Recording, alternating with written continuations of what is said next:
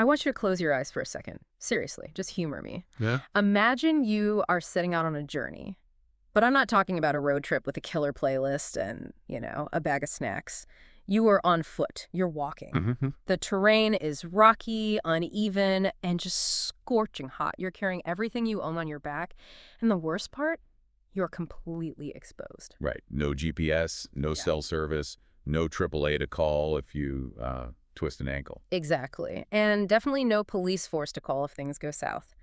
As the sun starts to dip, you look ahead at the horizon. You see these jagged ridge lines, the hills surrounding your destination. Now, tell me, what's the gut reaction there? Well, if I'm a modern listener, I'm probably thinking, oh, majestic mountains, Mm-hmm. nature, serenity. Yeah. I'm thinking about hiking boots and fresh air. Right. We see a mountain and we think about REI commercials or desktop wallpapers. We think peace. But what we found in the research for today's deep dive is that for the person who actually wrote the text we're covering today, looking at those hills didn't trigger a sense of peace. Not at all. It triggered terror. It triggered a fight-or-flight response.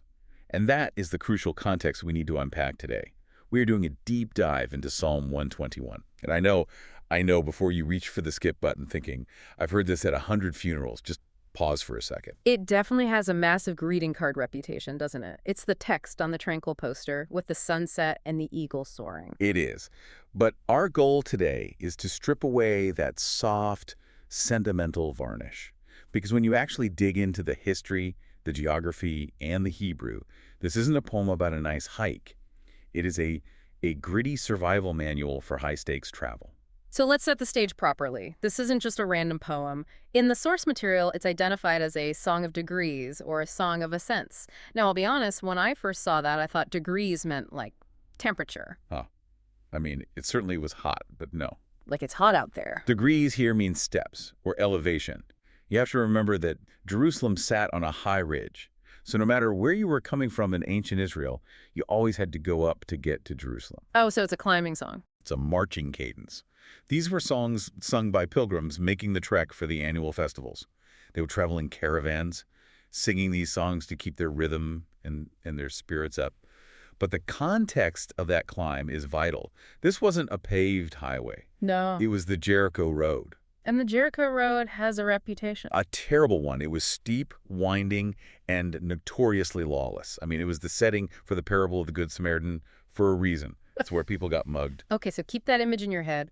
You are walking a lawless road, uphill, defenseless. Now let's look at verse 1. I will lift up mine eyes unto the hills, from whence cometh my help. Now, I've read this 1,000 times, and I always read it as a declarative statement, like I look at the hills because that's where my help comes from. And that is the most common misconception. Yeah. If you read it that way, you miss the entire drama of the song. You're reading it like a nature lover, not a survivalist. So correct the record for us. What is the actual scene here? Think about the geography we just described. The road was full of ravines, caves, and blind corners. Who hides in caves? Bandits. Bandits, thieves, wild animals. In the ancient Near East, the hills were the threat vector. They were the danger zone. So when the traveler says, I lift up my eyes to the hills, he's not admiring the view. He's scanning the perimeter. He's looking at the place where the ambush is going to come from. Exactly. That completely flips the grammar then. It sounds less like a statement of faith and more like a panic attack. It does. Most scholars argue this line should actually be read with a question mark. It's not a statement of confidence. It's a cry of vulnerability. I lift my eyes to the hills. Where is my help coming from? Oh, wow. That hits different. He looks at the hills, realizes the danger, and asks, okay, I'm in trouble. Who is going to get me out of this? Exactly. The hills are the problem. So if the landscape itself is against you, where do you look? Well, that's the cliffhanger of verse 1. And verse 2 drops the answer immediately. My help cometh from the Lord, which made heaven and earth. Now stop there for a second. Which made heaven and earth. It feels like a standard religious title, right? Like saying the honorable or his majesty. We just sort of gloss over it. Yeah, it sounds like boilerplate language, just a formal way to address God.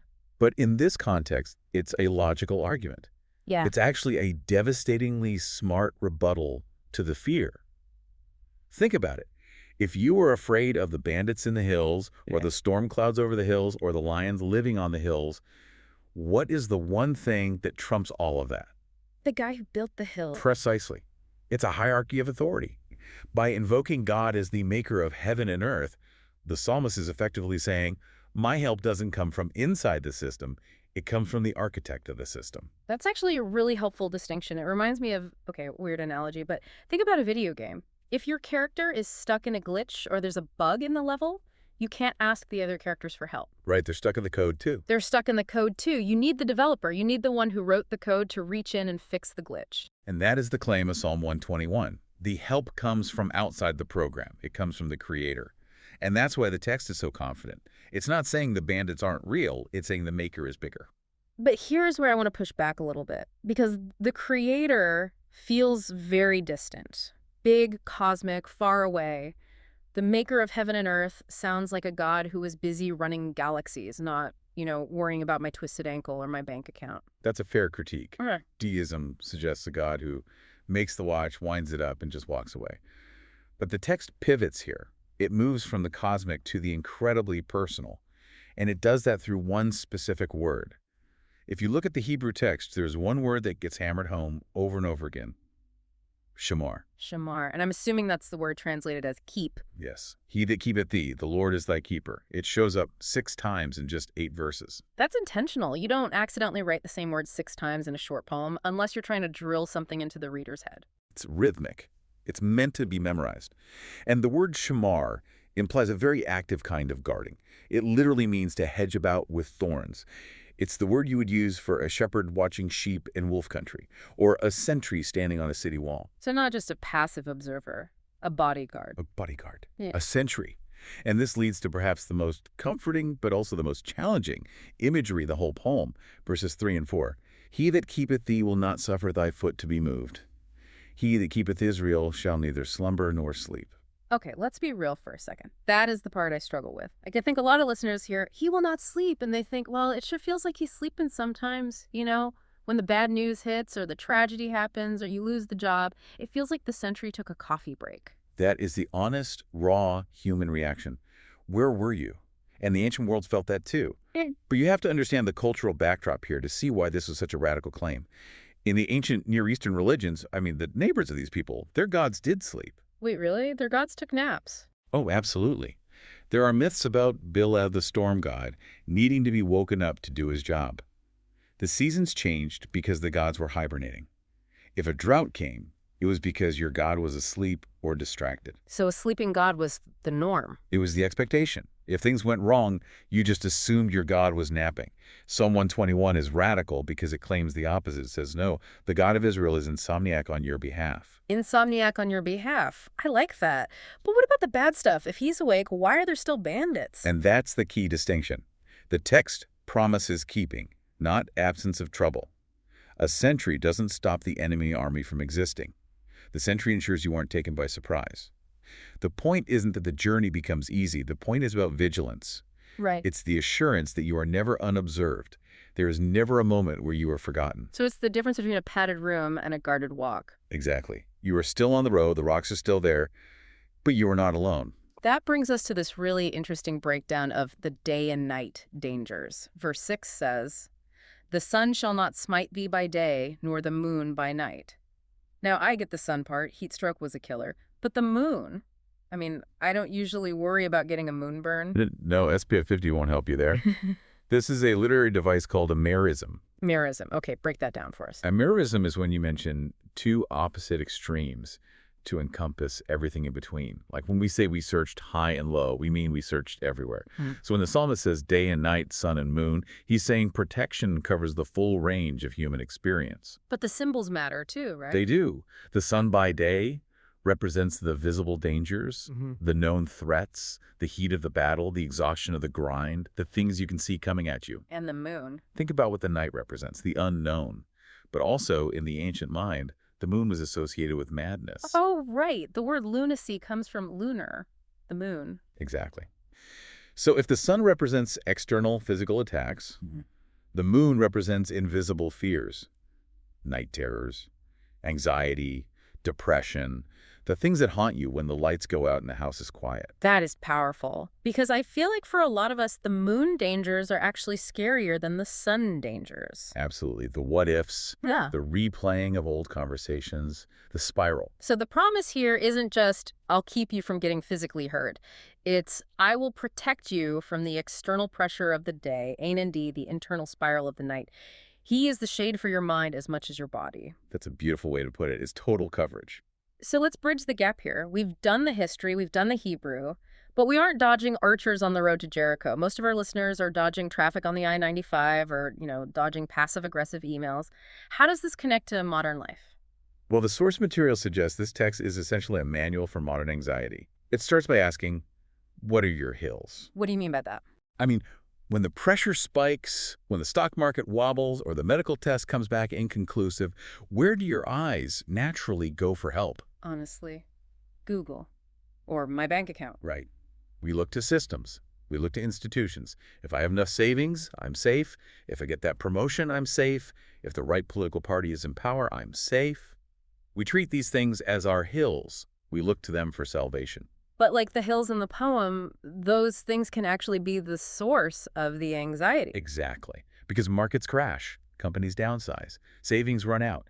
If your sense of safety is tied to something that can change, you will be chronically anxious. You're constantly monitoring the hill, terrified it's going to crumble. It's a trap. We think those things are the solution, but they become the burden. The invitation of Psalm 121 is to lift your eyes higher, to look past the bank account to the provider, to look past the medical report to the sustainer. And there's another layer to this modern application that I really resonated with, the sleep application. We live in a culture that wears sleep deprivation like a badge of honor, the whole hustle culture. I'll sleep when I'm dead. Yeah, right. We feel like if we aren't constantly worrying or working, the wheels are going to fall off our lives. That is the burden of self-reliance. If you believe you are the only one watching the gate, you can never close your eyes. You have to be the keeper of your own life. You have to be God. And that is a job description we are not qualified for. It leads to burnout. It leads to breakdown. Psalm 121 offers an off-ramp. It basically says, you can sleep because God isn't. That's a massive release of control. It is. It's an invitation to resign from the job of being the general manager of the universe. If the keeper of Israel is awake, and he is competent, and he is watching, then you don't have to stay up all night running scenarios in your head. You can actually close your eyes and rest, knowing the night shift is covered. That's huge. That's actually the definition of peace. It's not that the dangers are gone, it's that someone else is on guard duty. It quiets the mind. It allows you to release that white-knuckled control we try to maintain over our lives. And this protection, it's not just for the big spiritual moments. The text says in verse 8, the Lord shall preserve thy going out and thy coming in. That phrase, going out and coming in, is a Hebrew idiom for just the daily routine of life. So it's the mundane stuff. It is. It means your commute, Yeah. your grocery run, taking the kids to school, walking into a meeting. God isn't just interested in preserving your soul for eternity, though the text says he does that too. He is interested in the transition from your front door to the car. From this time forth and even forevermore. That's the long-term view. We are so obsessed with the immediate, get me through this week, get me through this quarter. Faith, according to this psalm, isn't just a solution for today's crisis. It is eternal security. It widens the frame. So putting this all together, we have a text that acknowledges the world is scary. It doesn't pretend otherwise. It doesn't offer, toxic positivity. It offers anchored reality. It strengthens trust by correcting our vision. It shifts our focus from the size of the problem, the hills, the sun, the moon, to the size of the protector, the maker. And that leads to a really important realization about stability. We often think I'll be at peace when everything in my life is perfect, when the bills are paid, the kids are behaving, and my health is 100%. But that's not peace. That's just comfortable circumstances. And circumstances change. True peace, the kind Psalm 121 offers, doesn't require perfect conditions. It requires anchored confidence in the keeper. You can have peace in the middle of the bandits and the heat if you know who is walking with you. The source material poses some really tough questions for reflection here, and I want to throw these out to our listener. The first one is, do I live as if everything depends on me?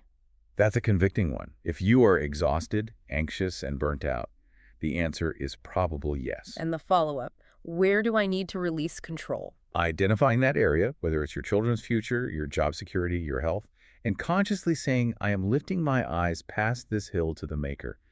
That is the beginning of rest. It's amazing how a few verses written thousands of years ago for people walking a dusty road can feel so incredibly relevant to sitting in traffic worrying about a mortgage. It speaks to the human condition. We are fragile, we are travelers, and we need a keeper. So as we wrap this up, Psalm 121, it's not a shout of triumph, it's not a battle cry. No, it is quiet assurance.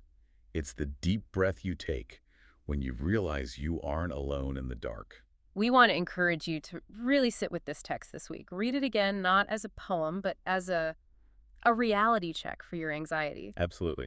And hey, if you are enjoying these deep dives and you want to support what we're doing here and maybe get some more practical tools for navigating modern life with ancient wisdom, we'd love for you to join our mailing list. Yes, please do. It's the best way to stay connected and get resources that help you apply these things. You can head over to https://bit.ly practical advice. That's bit.ly practical advice. We've got some great stuff coming your way there. Definitely check that out. Now, we always like to leave you with a question to carry into your day. We've talked about the hills, the sleep, the sun and moon.